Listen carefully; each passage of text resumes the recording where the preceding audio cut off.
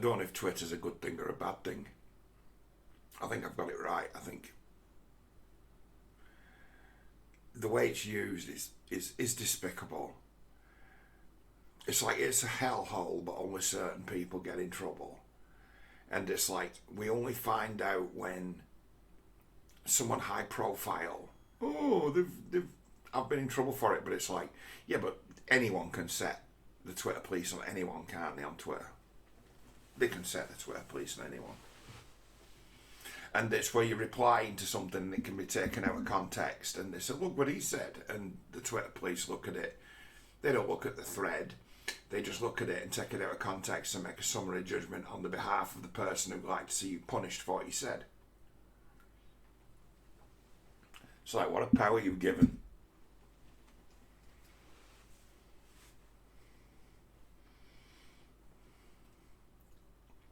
And give you a private individual, if you're like, small. I can't say I'm a private individual. I'll put too many bloody videos on the internet. People have a right to reply because I've broadcast, I've spoken in public. So it's like, you're going to get the odd one back, and I can take the odd one back because I certainly dish it out, don't I? And if I dish it out and I don't show that, I can take a knock or two. I mean, what kind of a fight's that? That's a beating, isn't it? It's not a fight. It's a beating.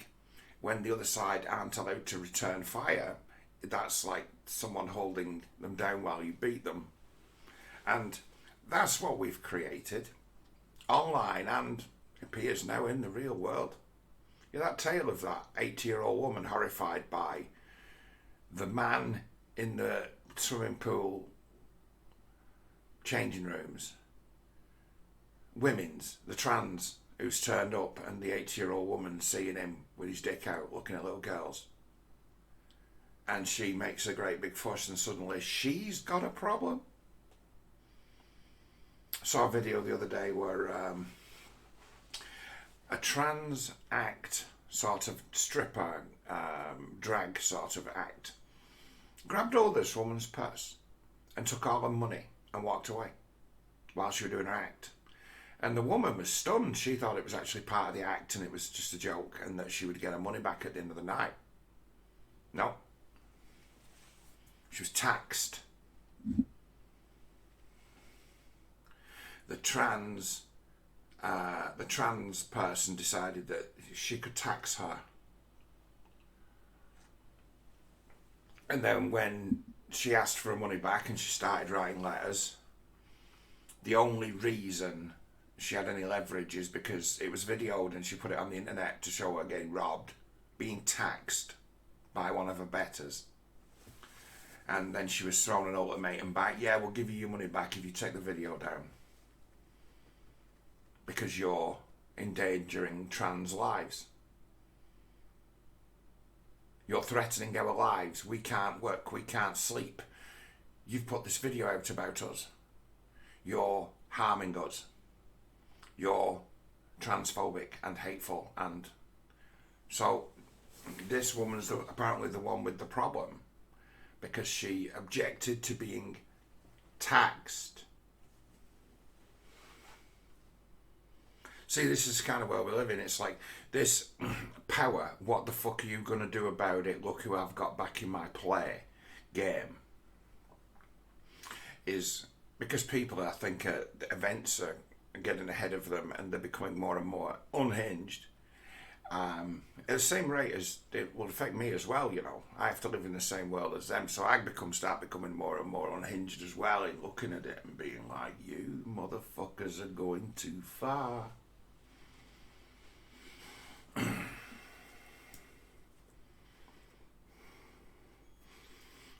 Gadsad on Twitter. I like Gad. He's been around for a good long while now, hasn't he, Gadsad? And he's someone who's that. He can openly speak, he can freewheel.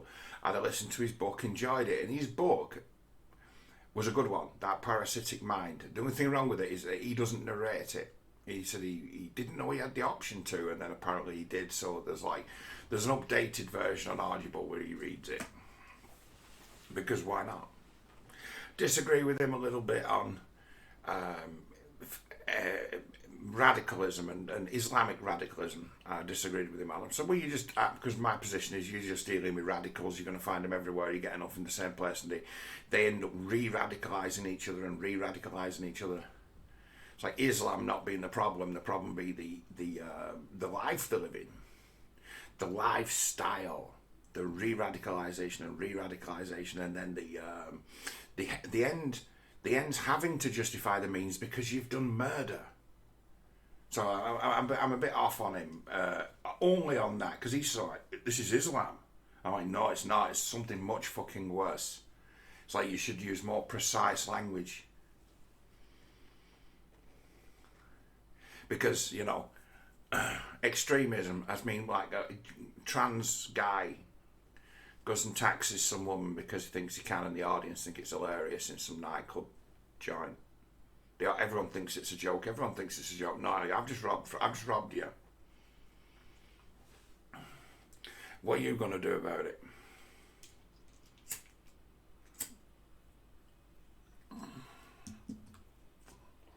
Hiding behind trans in the same way as the Islamic extremist would hide behind his religion when he comes along and taxes you. So I think I take it just one level higher. I might be said to be simplifying it, but then I'm thinking, no, you're missing that the central element in all this ideology is humans, and humans can be wicked without ideology. Ideology gives a framework of a story for an acceptable excuse for your terrible deeds. So, well, Gad, he's somebody who looks at repercussions, isn't he? An evolutionary biologist. They're along the right lines, these evolutionary biologists. They're the ones who will actually come up with the answers. Eventually. They're the right field. So he's on about consumers, and he's not about changing the world, he's about observing it to better understand it. So he studies consumers.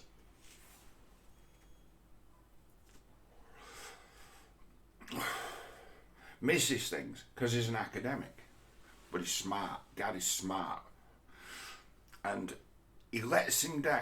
He's let himself down to me in the company he's kept by way of who he's given a platform to in the past. It's like, you should know better than to get fucking people like that on your platform. He's another one who let Mercedes Carrera, porn star, turned out to be a rather vicious, nasty paedophile.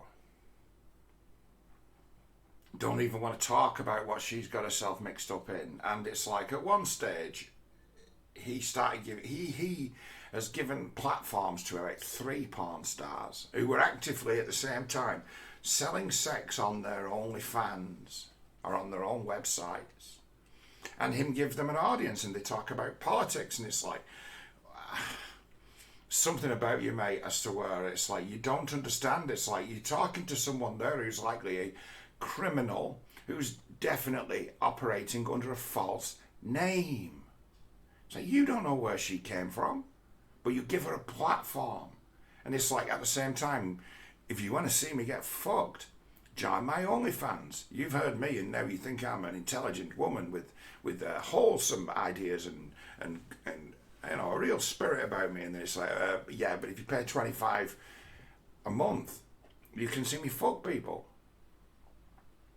So he's fallen into that, and I think that's wrong. I think if you're gonna be an academic, right, type who gives platforms for porn stars to talk politics, you should make a porn star politics channel. Call it Porn Star Politics. You'd be fucking amazed. You could probably change the world because of the viewers, people who might just tune in to hear. They might just learn something. It's like that side of it, what she called like Chrissy Mayer. She does it, doesn't she? She's quite funny, but she's an idiot. She's not a friendly. She's earning on the right side of the grift, much like the old Fox News model, the old Glenn Beck thing. She does that. She talks to porn stars, but she's like a slut, and it's part of a comedy. But it's like, why is Gad Sad got the same sort of guests as like Chrissy Meyer gets? And it's like, I think Gad's a little bit naive when it comes to that side of human beings, right? Really, really ruthless psychopaths. I don't think he actually gets them. And really dangerous means, to my mind, someone who makes dangerous rationales or rationalizes despicable things away. I may be many things, but if someone does something really terrible, I'll call it out for what it is. I won't find another way of wording it to lessen it or soften it or make it go away or shift some kind of blame. I'm many things, but I ain't that. And it's like those who are, they're the dangerous people.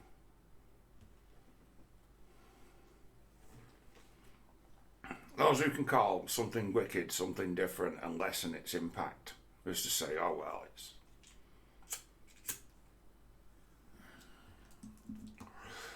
it's regrettable, but fuck them. Now, in the same way as Gad has basically given the benefit of the doubt to some people that he really ought not to have done, Sam Harris has to come into that, because I think I've heard Gad name drop Sam Harris. I mean, I don't listen to everything Gad does. I'm a massive fan of his when he does it as a take on an event. I don't like his interviews so much. When he does a take on an event, I like them, and I like them hiding under the table videos. I think that's one of the best series on television. When he's frightened and it's like me and my wife are hiding under the table, they're fun. But it's like interviews don't like his takes on what's going on. I like him. I think it's like there's a reason I don't make take videos on things. And if it's because sometimes my take is exactly the same as somebody else's, and somebody else's be the right take. So I'm like, what have I got to add? Nothing. If there's something needs to be said that I don't think is being said, that's when I'll make a video. If somebody else has already made the winning objection, I'm quite happy to just. I don't like repeating. When other people are right, they're right, are they?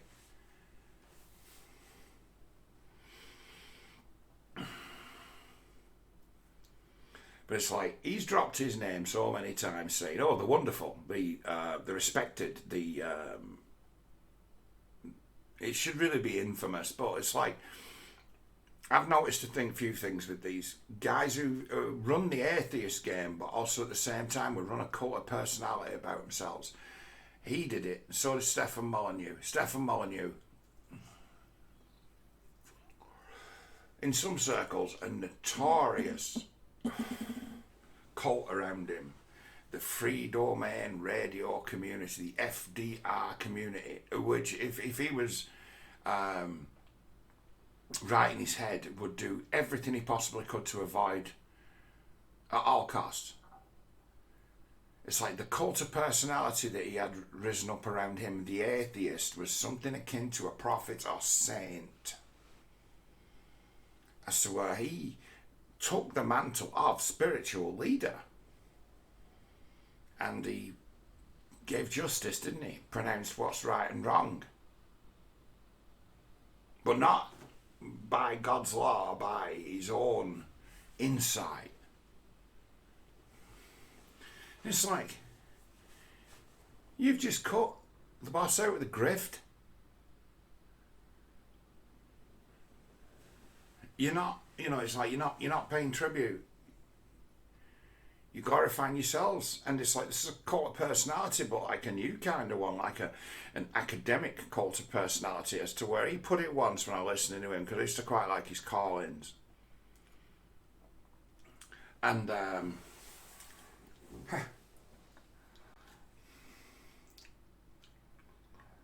lost my train of thought. Got thinking about the many hours of listening to Stefan Molyneux's call-ins.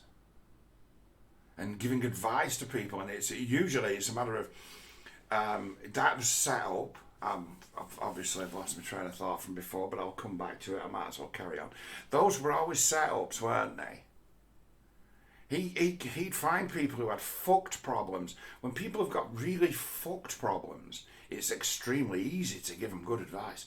Like, incredibly easy to give them good advice. If you can just look at it and say, okay, you were touched up as a kid and you've had dysfunctional relationships galore and you're on the edge of another divorce and you've got kids and it's all gone to mess, that's not a difficult thing to deal with. Listening to it might be difficult, which is why you make sure you get paid. It's not so bad when you get paid because it's like you can help someone when they're not your friend.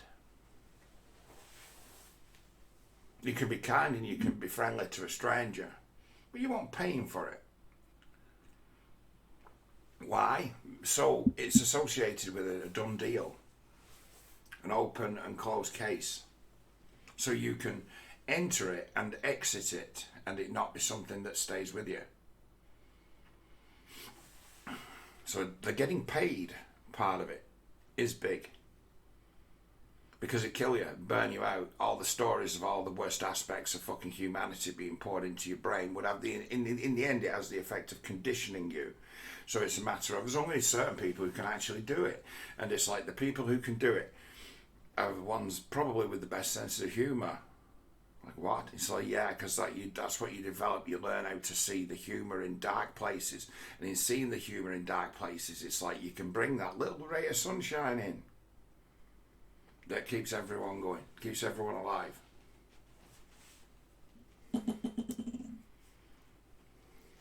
It's like that cult that grew up around him was fucking toxic. They'd be like, well, Steph would say, what? He made a saying to the man. He saved me. He never did fuck all to put video out. It's like you save yourself, but you're giving him credit for it. Now all you've done is found yourself a load of like-minded people. We found community. We are all friends here, and then it may become a matter of purity testing and backstabbing, like every fucking gang, like every cult. But just done on a forum, in a community, on the internet. I think you'll find you look at it close enough for people who fucking paid money to that Sam Harris to listen to him or to subscribe to him or to fucking be a member of his little clique where you can get the newsletter and join the fan club. I think you'll find that all of you have been an elaborate little cult and that he's a cult leader. And the thing about it is he's been able to teach. This is the thing where I get back to Stefan Molyneux. Stefan Molyneux cultivated amongst his audience that they were high intelligence people because they were listening to Stefan Molyneux. He wasn't joking either.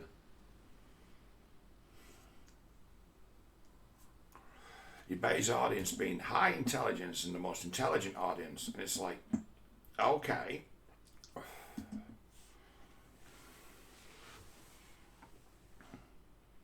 You've cultivated a cult of personality. Sam Harris has done the same. So it's like he's tricked people with the glamour by having so many people speak well of him. And Gad Saad is part of that. But Gad, yeah, he's always saying, brilliant, smart, genius, respected. He's a bit wrong on that take, but I have a lot of respect for him. By the way, the number of times that guy has had his word in his mouth, in his name, Gad Saad dropping Sam Harris's name, the brilliant Sam Harris, for him to deliver that bullshit the other day. Because the thing is with it, he's like, he stands for, basically, there's things I've been trying to communicate, and I'm probably failing as to who you're actually dealing with in the world, who you're dealing with. It's like I dealt with them on the very base level of society, and it's like you're seeing them higher up, and you're seeing them in much higher places than you'd expect to see them. It's like scum tricks, like really fucking dirty fucking crackpot criminal tricks. You're seeing them pop up. Now it's like if there's a university of crackpot lies and tricks and pulling the rug and gaslighting and making threats, and it's like this place I grew up, this life I've had has just been a university of it. And it's like, you guys at the top of this who are fighting this, what is now a spiritual, existential war for the soul. And it's like, because you don't understand God, right? God's not helping you as much as he could. What? Yeah, that's what I'm trying to say. You don't understand how bad your enemy is. It's like what you think's a victory is actually a victory for them. If one of them says something ridiculous or starts a conspiracy theory or tells a load of lies which you then debunk, right? It's not a victory. You didn't discredit them. They deliberately threw you one of these for you to solve, and you bought it, and you're wasting your time, and they're laughing at you. And it's like, well, he's been made ineffectual for an hour or two with our 50 pence jumbled up Rubik's Cube, which he could have just ignored and just went, who's going to sit there working out how to fucking unscramble that bastard? What benefit could there possibly be to engaging in this? So you take it and you go, fuck it. And you just, oh, look, I've done it. Now fuck off with your Rubik's Cube. I already know the answer. It's like, you don't understand that the game is that. The game is hey, could I say something so silly and say it came from such another place as, I can guarantee that tomorrow Ben Shapiro's going to be making a show about it. And he's there ripping into something and they're like this. Aren't we clever? It's like, you don't understand how they register a win. They register a win by convincing themselves that you are their puppets and they're like magicians who can make you do anything other than what you ought to be doing, which would be going after them. So what they do is they conjure up spells and they say, right, here's a bit of chaos. It's like, pff, deal with it. Or they'll spin something crazy, so you get caught up in the old crazy. So you don't understand the techniques that you're up against. It's like, I do. You don't understand the techniques. You don't understand what that side are capable of. You don't understand what happens when you get like the darkest wisdom, the darkest knowledge in the world finding its way onto the internet, and then people starting to see the utility and then fall into it, and then it come creeping all the way from the fucking dirty bottom of fucking ancient slaver myth, and in 20 years drag itself into the light. 20 years it's taken from to like, we've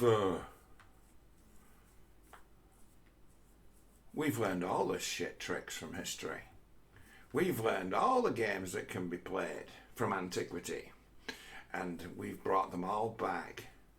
And here's me banging on the door like years ago, Gamergate time, saying, you've got a problem with human beings seeming to think they're civilized and they're not. And we've got a civilized system, but it's like, it's only the system that's keeping it civilized at the moment. And what you've actually got is a regression into a tribalistic or pagan state that's being enforced by a mob.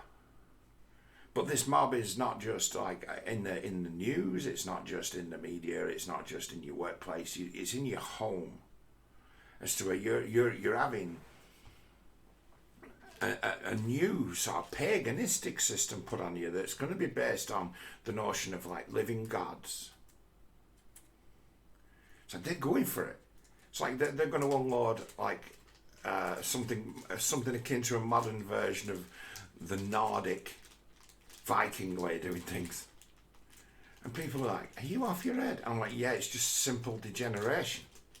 It's like, back in them days, those people used to be receptive to those kind of beliefs or myths, because fundamentally they were all just absolutely completely broken people. To start with, they were high infant mortality, like they suffered hunger and starvation as children, have overcome all nature of different hardships to be able to just even live from the start. So it's like the notion beyond survival and kin and tribe, impossible, because you couldn't survive as an individual. And then it's like the world has developed, and then we've come into our own as to where there's been these prophets, there've been these people who've popped up, and it's like this guy could think for himself, and he could see the truth through the magic and the bullshit and the superstition. Like some guy comes along who can read and write into a culture where people can't, and he knows things that are beyond his capacity for knowing. You never leave your house, yet you know all kinds of things. Right. Would appear as if a prophet to those savages. And it's like the same thing is happening again. It's like we've got generations of savages come through. I see it. It's like a woman I used to work with who I never had fallen out with, ever. She was nice, but she was like one of these people who's just a bit too forward. And she mouths off a bit too much. And when I knew her, she was married to one fella and she'd had a daughter. And then she's like, oh, I'm sick of him. Had enough. And she ditches him and gets another bloke straight away. And the next bloke she got, I used to work with him before she was, because she turned up with a picture of like a wedding and I'm like, oh shit, I know him. So he works at Woolworths. He's a stacker driver. So, oh, I like him. Yeah, he's a big, soft, friendly lad. Right? She has another kid with him. Next thing you know, oh no, he's not a big, soft, friendly lad anymore. He's a raving psychopath. I'm like, no, he's a big, soft, friendly lad. It's like you've fucking ditched him. And then it's a matter of, oh, she get married again. Gets married again. Has another kid. She's on 4th marriage now. 4th kid. And her oldest, she's just got her A-level results. She's going to university. She's going to make a fantastic school teacher.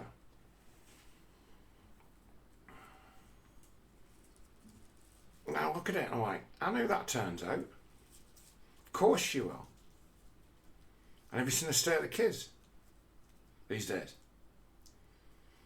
People can't handle anything. It's like quiet moments I speak to people and it'd be a matter of, there are some who just really, just breaking words is difficult for them. Like, what?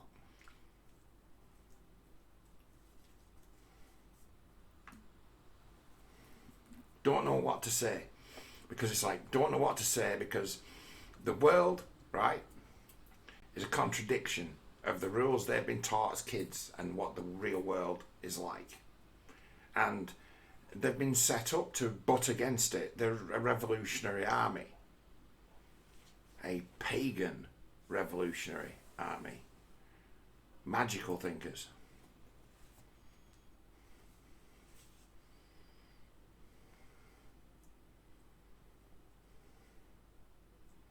So this has been creeping, this has been coming, and it's like it's getting worse, and it's getting worse, and it's getting worse, because it's like like religious Marxism, pretty much. It taps into the same thing. It taps into that religious instinct of fervour. There's that urge to be a rebellion, a fanatic. It's like the thing that might make you a holy fanatic, one with the Almighty, perverted into turning you into a weapon that wants to use the same power to destroy the world. Fanatic. So it's like God's been tricked, isn't angry, isn't pleased, but it's like it's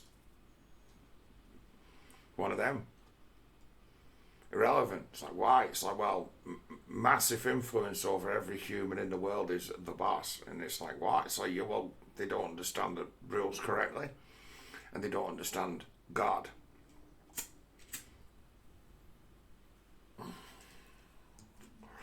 It's like, oh yeah, God is your tormentor.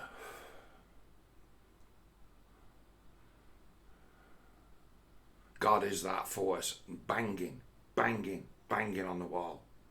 You don't get it, but it's what's banging on the wall. It's what's affecting your mood. It's what's fucking things up for you. Something good happens in your life. Something else, you don't really deserve this. What?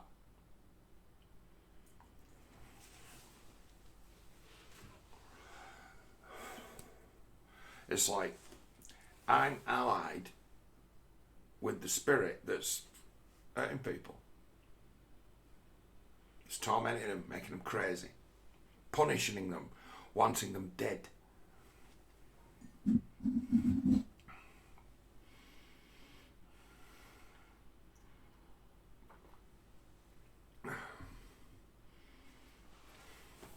telling you, even the pawn and the king all back in the same box.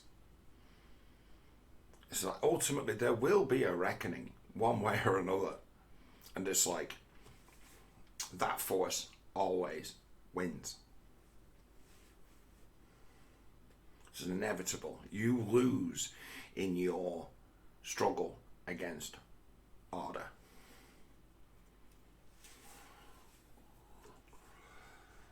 And if you go down the road of chaos, the Almighty puts you in the ground, makes the process happen much, much, much quicker. And it's like, you guys don't understand God.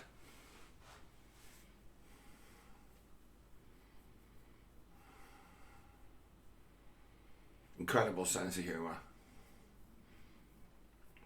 Merciful. Not forgiving. Merciful.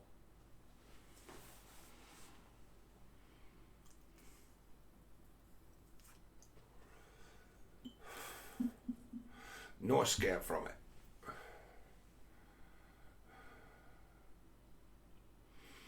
You could take this, when they put a label on the whole fucking thing like mental illness or depression, you could just so easily apply the wide label, God is fucking with you, and it'd be just as accurate, and it'd be the same kind of all-encompassing label to stick over the top of the whole thing. And it'd be it's a matter of, there's a choice in the end. It's like you can live in the world of make-believe, and those who have woken up and have picked up on the fact, it's like, these guys are crazy. It's like, we just sort of deal with our enemy like he's just one big narcissist, because the way he's enforcing life on his people appears that he is. Those kind of creatures have all kinds of weaknesses. Let's exploit them. So at the same time, you've got, part of that left, right? Part of the left, the other, right? You've got part of them that are actually wicked and powerful and smart in that Sam Harris way. And they're the ones who've got power, and Sam Harris let it be known. Oh yeah, of course I know. It's an open. Who does he mix with? Who are his people? What company does he keep? Well, it was worth it, because Donald Trump, where they've completely they've fallen into some kind of religious. The atheist, he's fallen under some religious spell about Trump being a world-destroying messiah figure.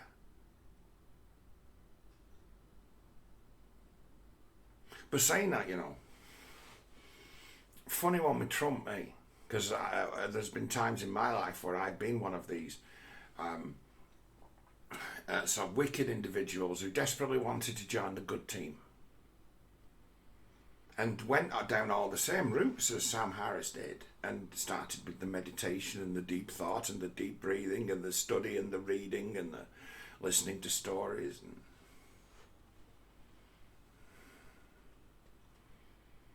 it's like there was a time when I communicated with voices. Oh, like, yeah, in silence, and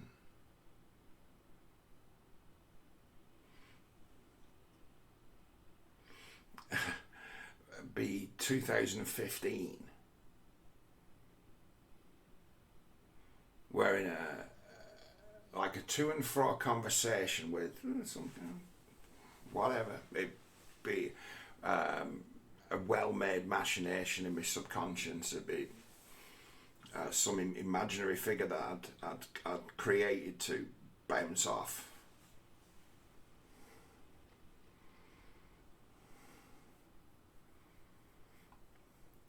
Told me it's like you're the guy for the job.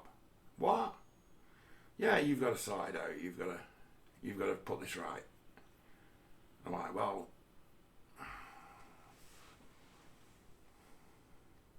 okay. Who else is out there? Who else knows this? Who else is doing this? Because I keep finding that I seem to be on the same trajectory as so many other people. And Donald Trump, Donald Trump, he gets it, he knows what he's doing. So he's the man. It's like, he's number one, you're number two.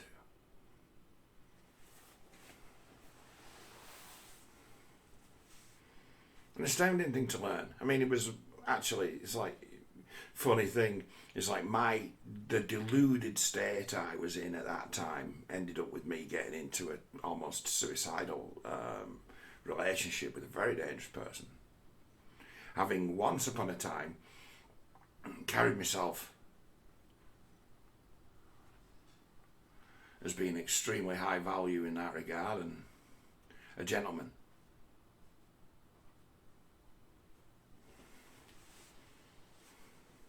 So it's like, when I was in that really dark place, when I was in that deluded state, when I was that imagination without boundary, so, oh yeah, it's like I managed to communicate with the other side.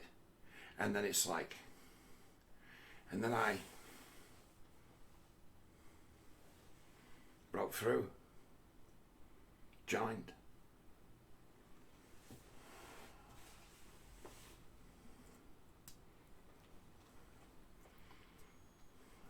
Whoever that was I communicated with is who I am now.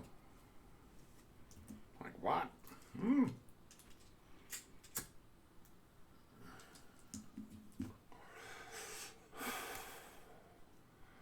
Yeah, it's like I'm a non-mystic beast. Why? It's like because I used to be a mystic beast. I used to be someone who was trapped in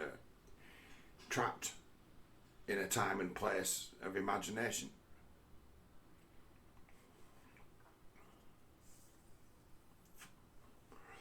I escaped.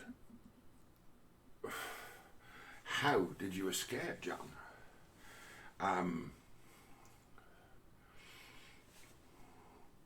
Old church here behind me. It's significant to, well, anything really. Everything. It's one of these perfect structures, these divine symmetry and geometry, stone built Freemasonic temple. It's right next to me, but to walk to it I have to walk halfway around the estate to actually come in through the front gate. And I got down on my knees and begged for mercy on the steps.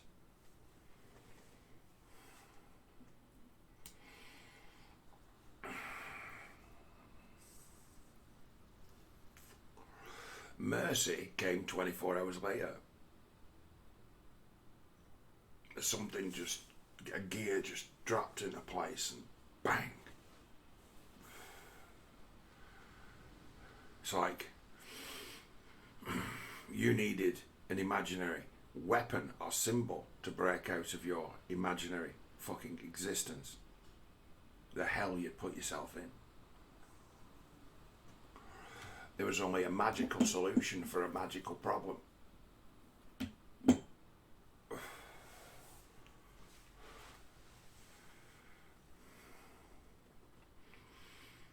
And me coming to believe that it's a matter of, okay,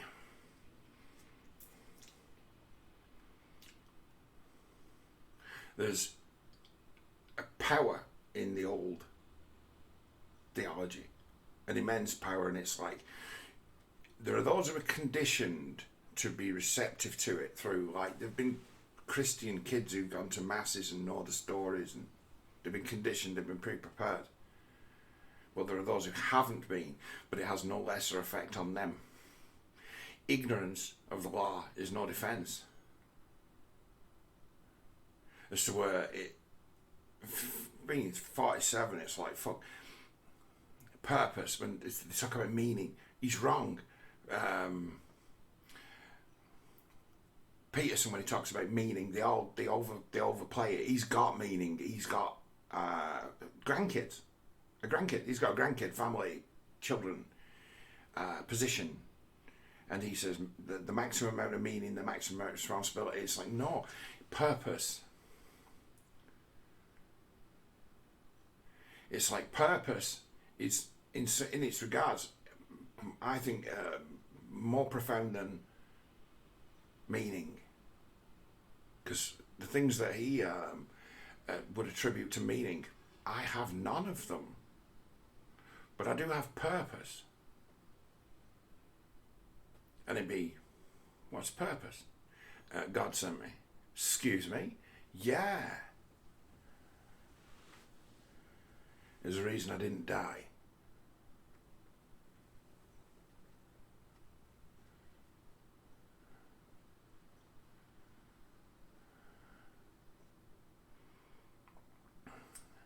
The prepared soul was the man who thought he was dead. He was imminently going to die for all those years. So it's like, ding, unlocked, game achievement.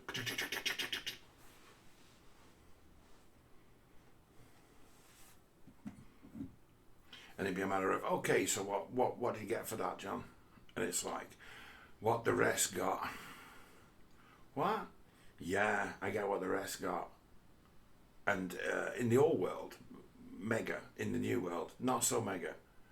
It's like the spiritual gifts available to those who are, to be seen worthy or blessed, right? In the age of the internet, fucking useless. Why? Because they get killed.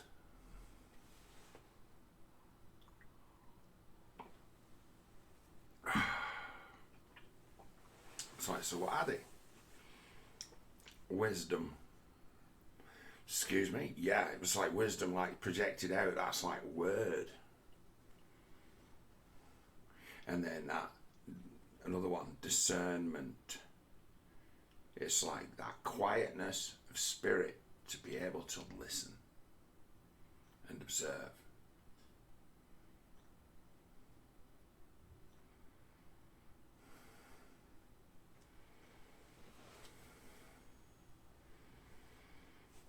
So what good's that? It's like, well, usually get to the bottom of any story a fucking human tells. What? Yeah, bit different when you're reading. You'd be like, you can't be reading a book and get to page 3 and then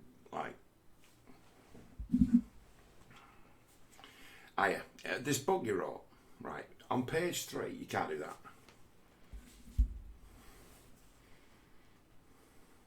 When someone's speaking, you can stop them and you can say, excuse me, can you just unpack that a little bit?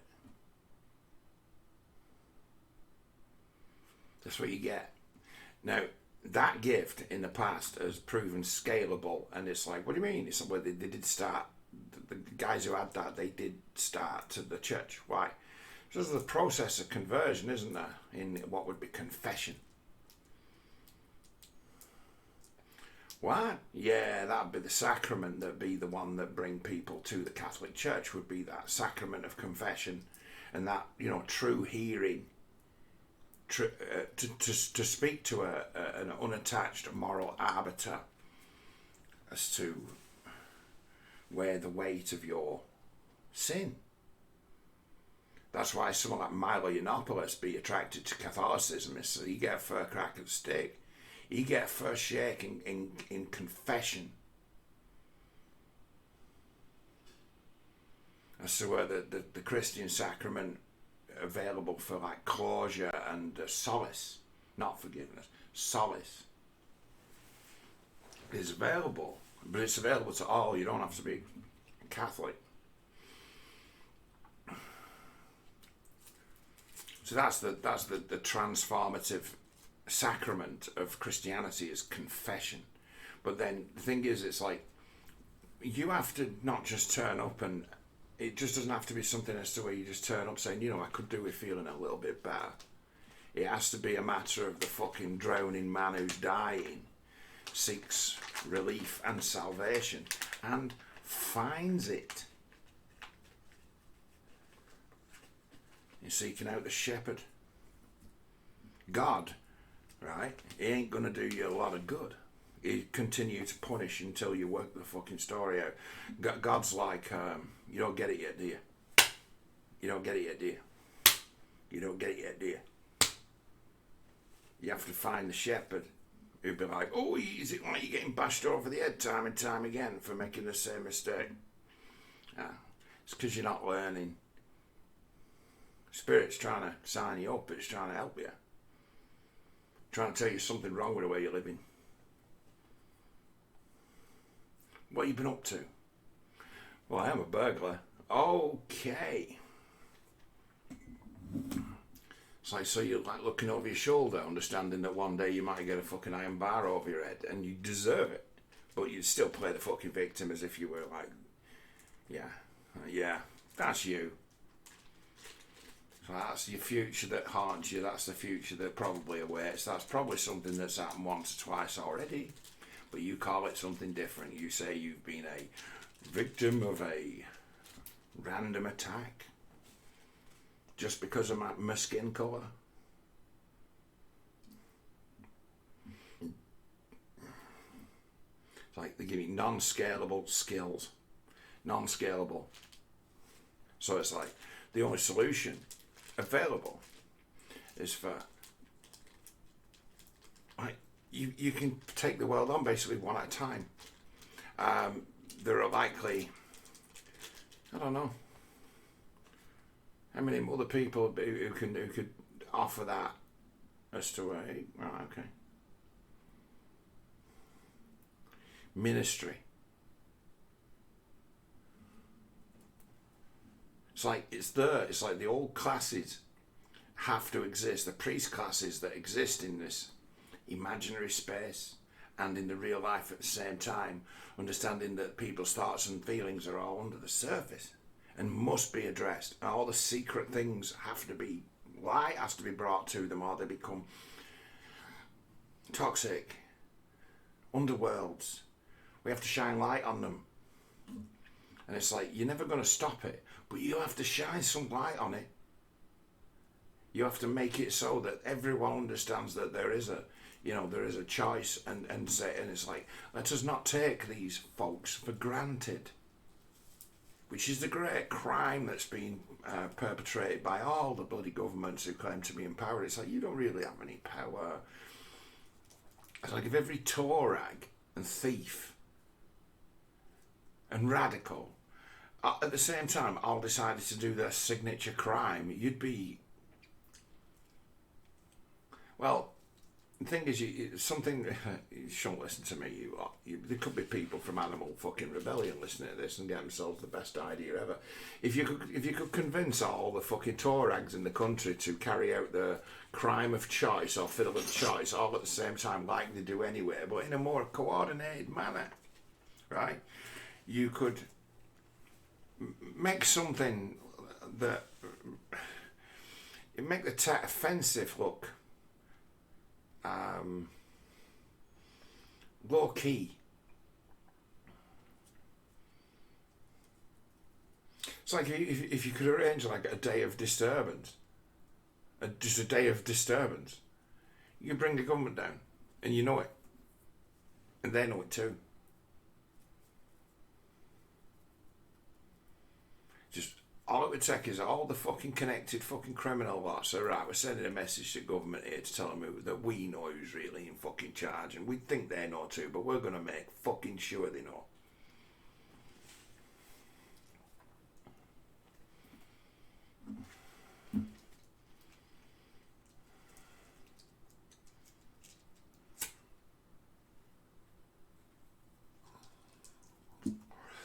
See, that world, the world of the fanatic, right?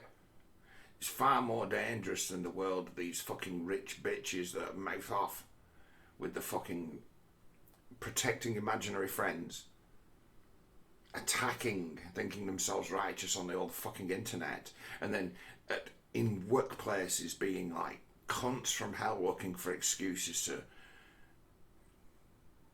lord over people. Those fucking pricks, it's like they're part of the smoke screen. They're not the danger. It's like they are the walking embodiment of the fucking thug that runs the job.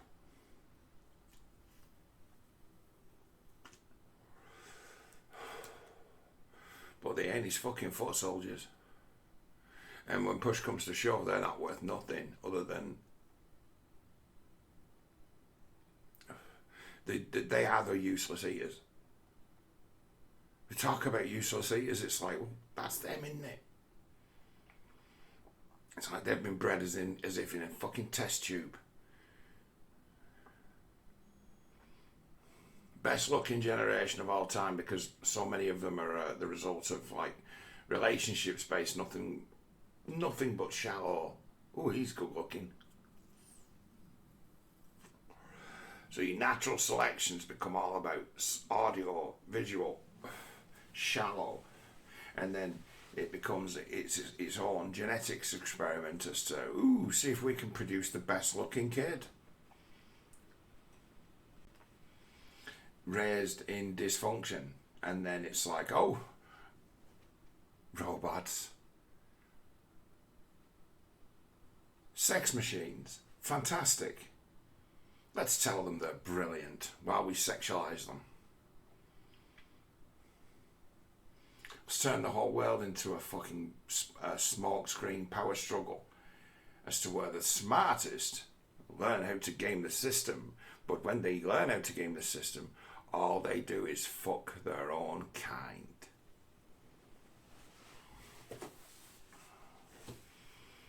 Unleashed it. Anyone stood against it, gone. Anyone super effective at humiliating people for being idiots, gone. Well, that doesn't make sense. Why? Because you make him work, and no one gets paid for doing that. Excuse me, what's your name? Collins. And you go on the shit list. This one's asking too many questions. You're not paid to think. Fuck you. I was born into a supposedly unescapable prison. But it's escapable. But you don't get out alive. It's like, this has to stay in the plantation. But this can be anywhere.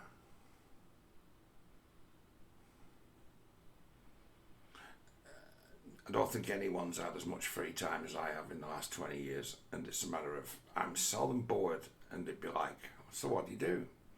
Oh, I'm always doing something. I'm always exercising.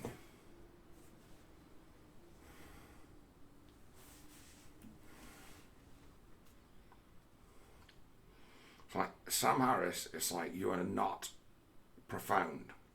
Sam Harris is not profound. You know, Gad Saad is, right? He's a man with purpose.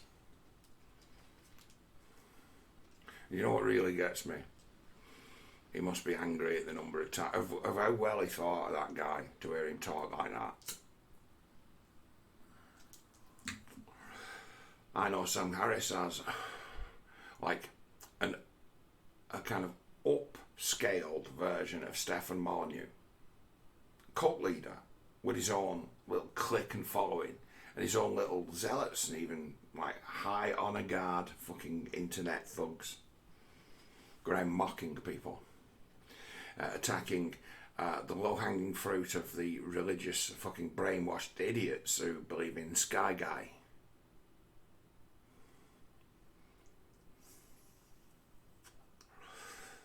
tell you something about Sky Guy. If you believe in Sky Guy, the chances that you're really worried about climate change, I'd say high. I think belief in Sky Guy and belief in climate change, bang, yeah. False God. I call that false religion. I call that hippie Jesus.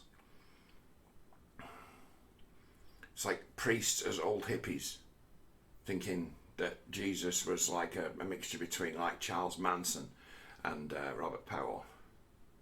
Hey man, I think Jesus got hijacked, and the guys who claimed him for themselves before, like those Jefferson Bible Freemasonic Enlightenment era gentlemen of the United States of America, I think they correctly made Jesus the brother and embodiment of a man. And it'd be a matter of that core of those fucking religious fanatics, those, oh yeah, we fight for justice, we fight for what's free and what's true. Not that everyone be that they be that so everyone can enjoy that they fight for it. They'll throw down, go to arms over it. It's like that's the spirit of the Almighty. That's when humans have taken hold. That's when we're as good as we can be. And it's like they need people not rediscover the religious fanaticism and service to the Almighty that men once had, because they can't defeat it. What? So yeah. Think of it this way. It's like the fool Sam Harris, when he was faced with a danger to his ego, being Peterson. Peterson is basic. Well, Peterson's basic. No basic about it. Peterson's tried to sell him the boss. Like I basically approached the term the Almighty. I call it the boss because it's kind of, it's like I'm like one below the big guy. He's the boss. So what's that? It's like I got a duty to tell her the truth as I know it.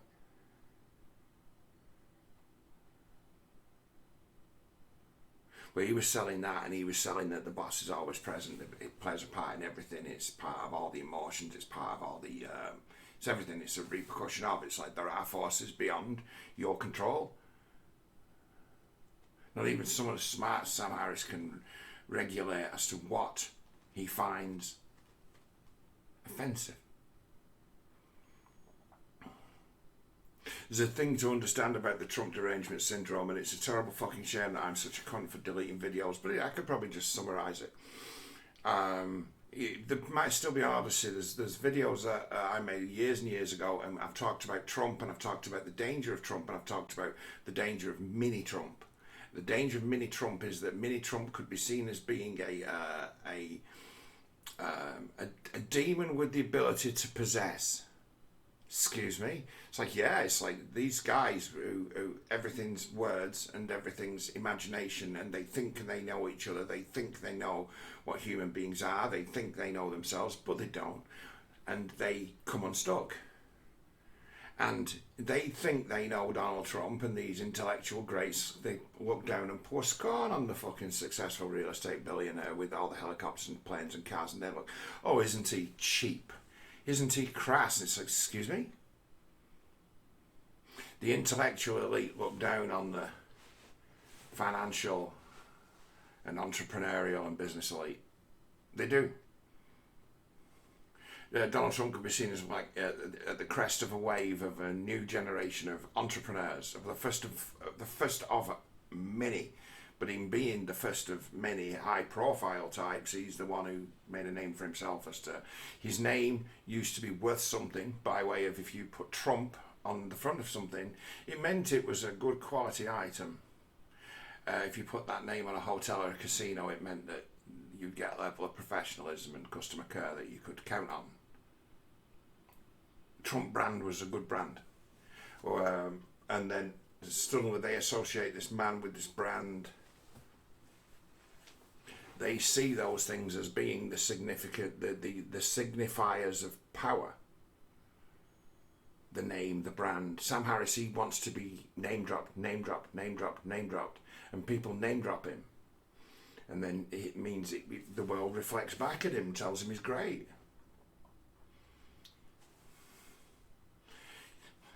Narcissists all have to. You've no way of living like being that way unless you can see yourself as being the center of the universe, because as we all are, fundamentally. It's like this selfless and soulless is a different path.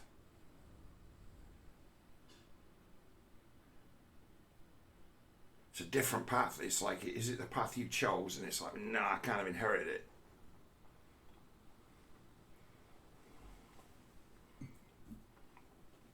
So it's like he sees Donald Trump and he thinks he's an atheist, but he sees the danger of a potential antichrist figure or a false messiah. Excuse me. Yeah, he falls into myth. Sees a golem. Actually has an extreme religious reaction to Donald Trump, and it be playing out in front of you, and it be, here's your fucking atheist. He's a religious fanatic, but his religion wants to question who decides what is and isn't moral, what's good, what's bad, what's right and wrong. And he postulates a new order, pretty much with himself deciding what's right and what's wrong. And that's why he's a smug, fucking horrible cunt.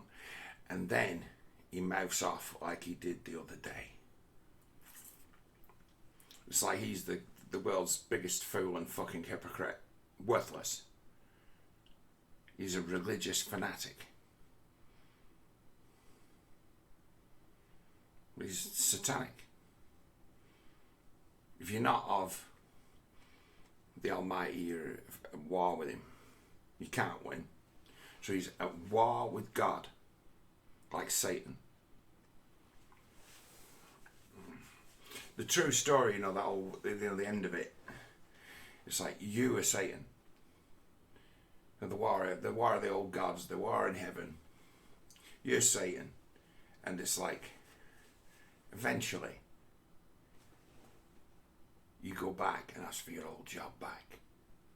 Can I have my old job back, please, God? Please, can I have my old job back of being first of the angels? I am the fallen one. Please, please, please, please, please, can I have my old job back?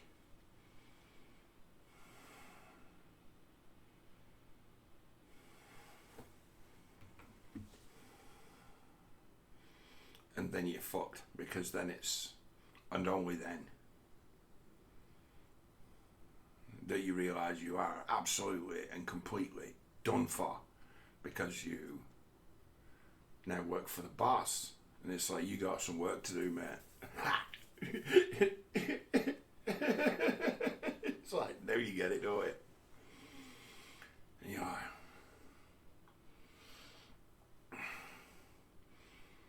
Okay, so then you've got yourself then a kind of at times like a reaction to certain stimuli as to where this spirit that's got the power to really punish you and really hurt you about it, make demands. And your wrestle then becomes between you and God. And it be, God's like, rip his fucking throat out. And you be like, no, we can't do that. Excuse me? Yeah, it's like, it's like God. It's like, yeah, he's that instinct sometimes you get to punch someone in the face And it'd be like, and you know, it's like they've talked the way in a way they really, really ought to get smacked one, and it'd be, and you're like, you're gonna make me pay for not doing that, aren't you? And well, I'd have smacked him. Yeah, but I'd have faced the repercussions for it, so you could have told him the truth. And it's like, the rules by which I'm held by a higher power aren't now compatible with the ones in the world we live in, but once upon a time they fucking were. They were compatible completely. For thousands of years would have been advanced ones. But now it's like, no, to live by the Spirit is impossible. Right, so because of all the violence you'd be doing. What?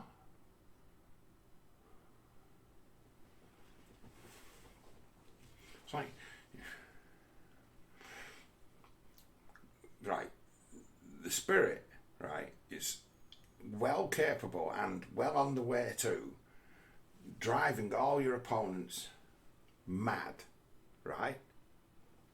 And there's only one thing that they can do in the end to spur themselves to the madness, and that will be to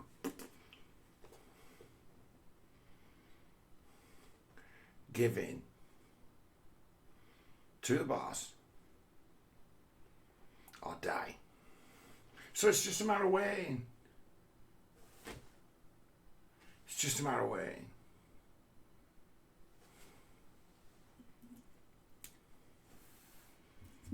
There are powers bigger than we are that we're all part of and that we've all got in common. And it'd be a matter of, it's like, no escaping from it, bitch. Call it something different. Tell them you're feeling depressed. Tell them you got problems with addiction. Tell them you're agitated, bored, started to make entertainment of your family and friends. But I know what's really going on.